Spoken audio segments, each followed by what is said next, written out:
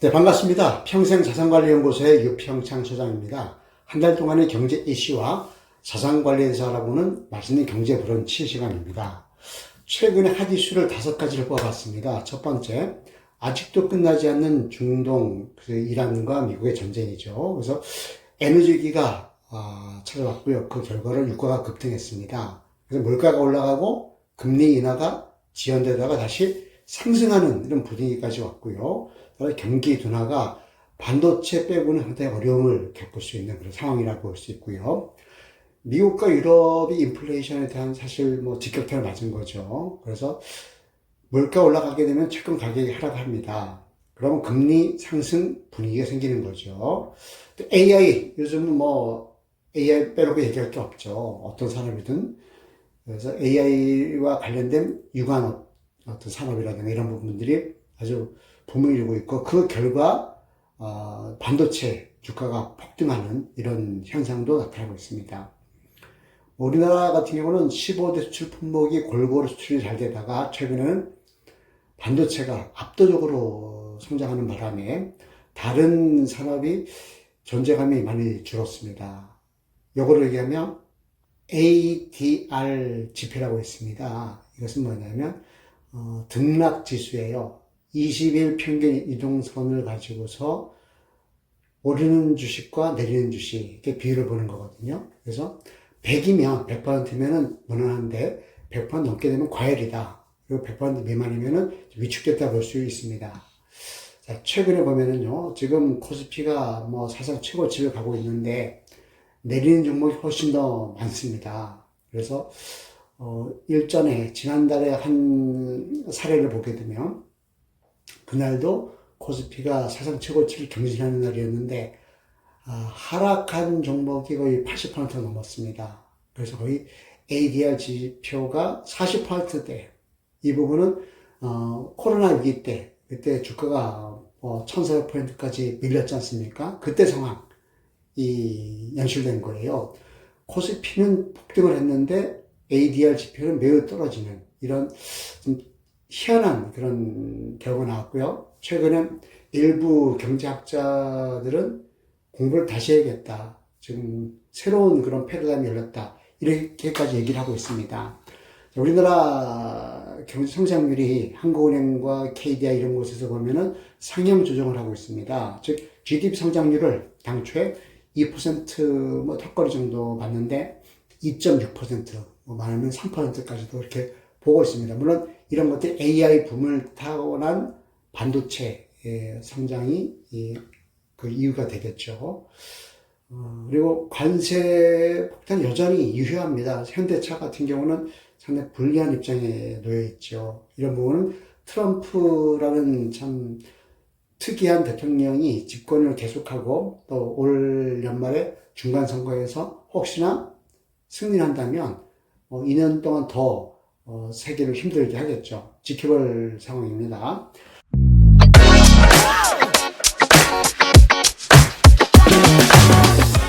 7대 경제지표를 한번 살펴보겠습니다. 경제심리지수는 97.5, 그래서 100에서 약간 하회하지만 그 전달에 비해서는 많이 올랐다라는 것이고요.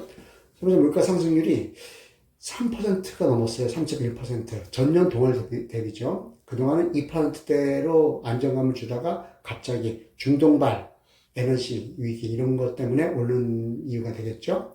서울의 심리지수는 여전히 좋습니다. 최근에 여러 가지 지표를 보게 되면 상당히 올라가 있는데 106.1이 나왔습니다. 100이 중간인데 더 높다는 것이고요. 전산업 기업 심리지수도 4포인트 올라가지고 99.9, 즉 100에 지금 수렴하고 있습니다. 외환보유액은요, 최근 통계가 4,278억 달러로 해서 4천억 달러 초반을 계속 유지하고 있습니다. 사실 우리나라는 외환보유액보다도 민간 영역, 즉 서학개미랄까요? 아니면 국민연금이랄까? 아니면 어떤 수출 기업들이 환전하지 않는 그런 달러 보유량이 1조 달러가 넘습니다. 그래서 97년도와 같은 외환위기는 오기는 어려운 상황입니다. 그만큼 대한민국이 경제 주체별로 달러, 외환을 많이 가지고 있기 때문에 예전처럼 이렇게 황당한 일이 생기지 않을 것 같은데요. 문제는 정부가 주도할 수 있는 외환 보유액이 적다. 즉 IF 공고를 보면 9천억 달러 이렇게 얘기하고 있는데 거기에 비해서 적다라는 것이 아쉬운 측면입니다.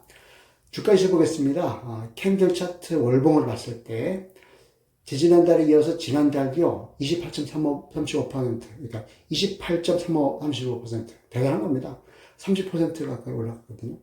두 달 합치게 되면 거의 2배 이상 올라갔습니다. 그 배경에는 삼성전자와 하이닉스 그 관련된 회사들이 어떤 주가들이 올라서 주식이 올라서 이렇게 된 거고요. 코스닥은 좀 내렸습니다. 그 음지가 있는 거죠. 즉 이런 얘기도 합니다. 어떤 기사를 봤는데 반도체라는 거인의 숨은 그림자. 그 그림자라는 것은 거인이 클수록 그림자는 커지는 거죠. 그래서 수혜받지 못하는 AI의 수혜를 받지 못하는 업종들은 오히려 어려워지고 있다는 겁니다. 미국은 여전히 견조합니다. 다우존스와 나스닥은 각각 2.78%와 8.36%에 올랐고요.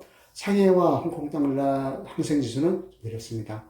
중국 주식은 좀 어려움을 겪고 있다고 보면 되겠고요. 금리 보겠습니다.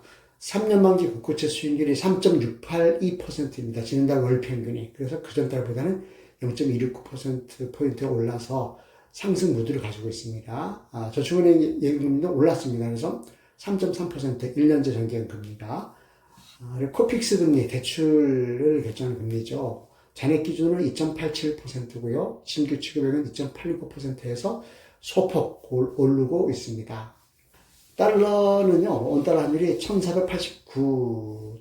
1489원이었습니다. 지난달 월 평균에 그래서 그 전달보다는 약 4원 정도 올랐습니다. 여전히 달러는, 원달러 환율은 상승 무드에 있고, 최근에는요, 1500원이 훨씬 넘어온 상태에서 유지되고 있습니다.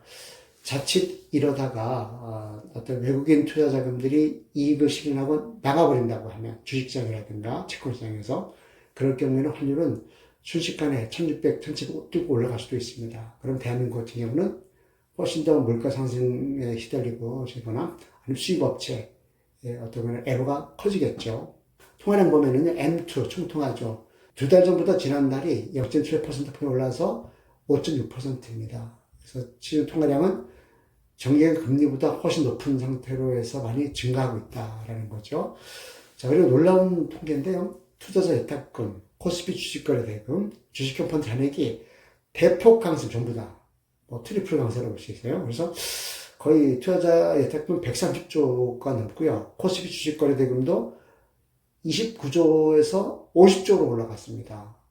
그리고 주식형펀드 잔액도 200조대에서 움직이다가 350조대로 올라섰습니다.